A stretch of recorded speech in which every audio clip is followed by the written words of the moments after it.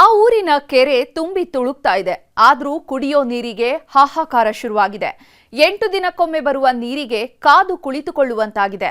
ನಿರ್ಲಕ್ಷ್ಯ ತೋರಿದ ಅಧಿಕಾರಿಗಳ ವಿರುದ್ಧ ಆಕ್ರೋಶ ಹೊರಹಾಕ್ತಿದ್ದಾರೆ. ನೀರಿನ ದೊಡ್ಡ ಸಮಸ್ಯೆ ಆಗಿದೆ. ಒಂದು ಸಲ ಎರಡು ಸಲ ಅವ್ರು ಹೇಳಿ ಬೇಜಾರಾಗ್ಬಿಟ್ಟೆ. ಕಲಘಟಕಿ ಪಟ್ಟಣ ಪಂಚಾಯಿತಿಯಲ್ಲಿ ನೀರಿನ ಸಮಸ್ಯೆ ಆಗ್ತಾ ಇದೆ. ನೀರಿದ್ರೂ ಕೂಡ ಸರಿಯಾಗಿ ಸರಬರಾಜು ಮಾಡ್ತಾ ಇಲ್ಲ ಅಂತ ಹೇಳಿ ಜನ ಆಕ್ರೋಶವನ್ನ ವ್ಯಕ್ತಪಡಿಸ್ತಾ ಇದ್ದಾರೆ. ಈಗಷ್ಟೇ ಬೇಸಿಗೆ ಕಾಲ ಶುರುವಾಗಿದೆ. ರಣ ಬಿಸಿಲಿಗೆ ಭೂಮಿ ಕಾವೇರ್ತಿದೆ. ಧಗಧಗಿಸೋ ಬೇಗೆಗೆ ಕೆರೆಗಳೆಲ್ಲ ಬತ್ತುವ ಭೀತಿ ಇದೆ. ಕೆಲವೆಡೆ ಅಂತರ್ಜಲ ಮಟ್ಟ ಕಡಿಮೆ ಆಗುತ್ತೆ ಅನ್ನುವಂಥ ಆತಂಕವೂ ಎದುರಾಗಿದೆ. ಆದ್ರೆ ಈ ಊರಲ್ಲಿ ಕೆರೆ ತುಂಬಿ ತುಳುಕ್ತಾ ಇದ್ರೂ ನೀರಿಗಾಗಿ ಹಾಹಾಕಾರ ಶುರುವಾಗಿದೆ. ಸರಿಯಾದ ನಿರ್ವಹಣೆ ಇಲ್ಲದೆ ನೀರಿಗಾಗಿ ಬಕಪಕ್ಷಿಗಳಂತೆ ಕಾಯುವ ಪರಿಸ್ಥಿತಿ ನಿರ್ಮಾಣವಾಗಿದೆ. ಬೆಂಚಿ ಕೆರೆ ಭರ್ತಿ, ಕುಡಿಯೋ ನೀರಿಗಿಲ್ಲ ಖಾತ್ರಿ. 8 ದಿನಕ್ಕೊಮ್ಮೆ ನೀರು ಕೇಳೋರಿಲ್ಲ ಜನರ ಗೋಳು. ಇದು ಕಾರ್ಮಿಕ ಸಚಿವ ಸಂತೋಷ್ ಲಾಡ್ ಪ್ರತಿನಿಧಿಸೋ ಧಾರವಾಡ ಜಿಲ್ಲೆಯ ಕಲಘಟಕಿ ಕ್ಷೇತ್ರದ ದುಸ್ಥಿತಿ. ಮಲೆನಾಡು ಪ್ರದೇಶವಾಗಿದ್ರೂ ಹನಿ ಹನಿ ನೀರಿಗೂ ಪರದಾಡ್ತಿದ್ದಾರೆ. ಬೆಂಚಿ ಕೆರೆಯೇ ಕಲಘಟಕಿಯ ಜಲಮೂಲವಾಗಿದೆ. ಇಲ್ಲಿಂದಲೇ ಇಡೀ ಪಟ್ಟಣಕ್ಕೆ ನೀರು ಪೂರೈಕೆ ಆಗುತ್ತದೆ. ಆದ್ರೆ ಕೆರೆ ಭರ್ತಿಯಾಗಿದ್ರೂ ನೀರಿನ ಸಮಸ್ಯೆ ಮಾತ್ರ ತಪ್ಪಿಲ್ಲ. ಸರಿಯಾದ ನಿರ್ವಹಣೆ ಇಲ್ಲದೆ ನೀರಿನ ಹಾಹಾಕಾರ ಸೃಷ್ಟಿಯಾಗಿದೆ. ಪಟ್ಟಣದ ಬಹುತೇಕ ಕಡೆ 6 ಅಥವಾ 8 ದಿನಕ್ಕೊಮ್ಮೆ ನೀರು ಪೂರೈಕೆ ಮಾಡ್ತಿದ್ದಾರೆ. ಯಾವಾಗ ನೀರು ಬರುತ್ತೆ ಅಂತ ಜನರು ಕೆಲಸ ಕಾರ್ಯ ಬಿಟ್ಟು ಕಾಯೋ ದುಸ್ಥಿತಿ ಬಂದಿದೆ.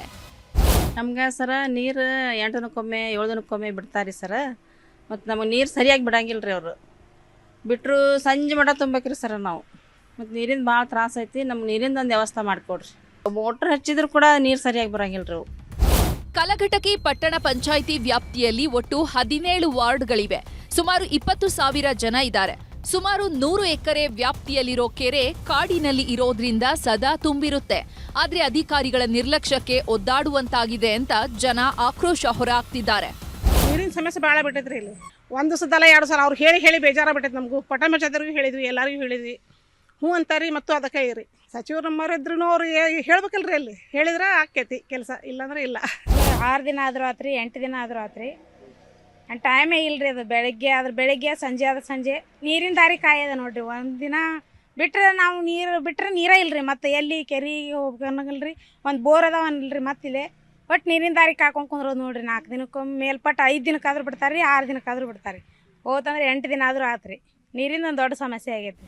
ಈ ಬಗ್ಗೆ ಪ್ರತಿಕ್ರಿಯೆ ನೀಡಿರೋ ಪಟ್ಟಣ ಪಂಚಾಯಿತಿ ಮುಖ್ಯಾಧಿಕಾರಿ ಹಂತ ಹಂತವಾಗಿ ನೀರು ಪೂರೈಕೆಗೆ ಕ್ರಮ ಕೈಗೊಳ್ಳುವುದಾಗಿ ಭರವಸೆ ಕೊಟ್ಟಿದ್ದಾರೆ. ಈಗ ಅದೆಲ್ಲ ನಾವು 3 ದಿನಕ್ಕೊಮ್ಮೆ ತರೋದಕ್ಕೆ ಪ್ರಯತ್ನ ಮಾಡ್ತಿದ್ದೀವಿ. ನೀರಿನ ಲಭ್ಯತೆ ಐತೆ ಸರ್. ಡೈಲಿ 3 ದಿನಕ್ಕೊಮ್ಮೆ ಕೊಡೋದಕ್ಕೆ ನಾವು ಇದನ್ನು ಮಾಡ್ತಿದ್ದೆ. ಬೇಸಿಗೆಯಲ್ಲಿ ಏನು ತೊಂದರೆ ಆಗಲಾರ್ದಂಗೆ ನಾವು ಎಲ್ಲ ಪೂರ್ವ ಸಿದ್ಧತೆಗಳನ್ನು ಮಾಡ್ಕೊಂಡಿದ್ದೀವಿ. ಯಾವುದೇ ವಾರ್ಡ್ಗೆ ಟ್ಯಾಂಕರ್ ಸಪ್ಲೈ ಆಗ್ತಾಯಿಲ್ಲ. ಜಾತ್ರೆ ಟೈಮ್ನಲ್ಲಿ ಜನಸಂಖ್ಯೆ ಜಾಸ್ತಿ ಇರೋದ್ರಿಂದ ಕೆಲವೊಂದು ವಾರ್ಡ್ಗಳಲ್ಲಿ ಮಾಡಿದ್ದು. ಒಟ್ನಲ್ಲಿ ಮಲೆನಾಡು ಭಾಗದ ಜನರು ಕೂಡ ಕುಡಿಯೋ ನೀರಿಗಾಗಿ ಸಂಕಷ್ಟ ಎದುರಿಸುತ್ತಿದ್ದಾರೆ. ಇನ್ನಾದರೂ ಸಚಿವ ಸಂತೋಷ್ ಲಾಡ್ ನೀರಿನ ಸಮಸ್ಯೆ ಬಗೆಹರಿಸಬೇಕಿದೆ. ಶಿವರಾಮ ಸುಂಡಿ, ನ್ಯೂಸ್ 18 ಹುಬ್ಬಳ್ಳಿ.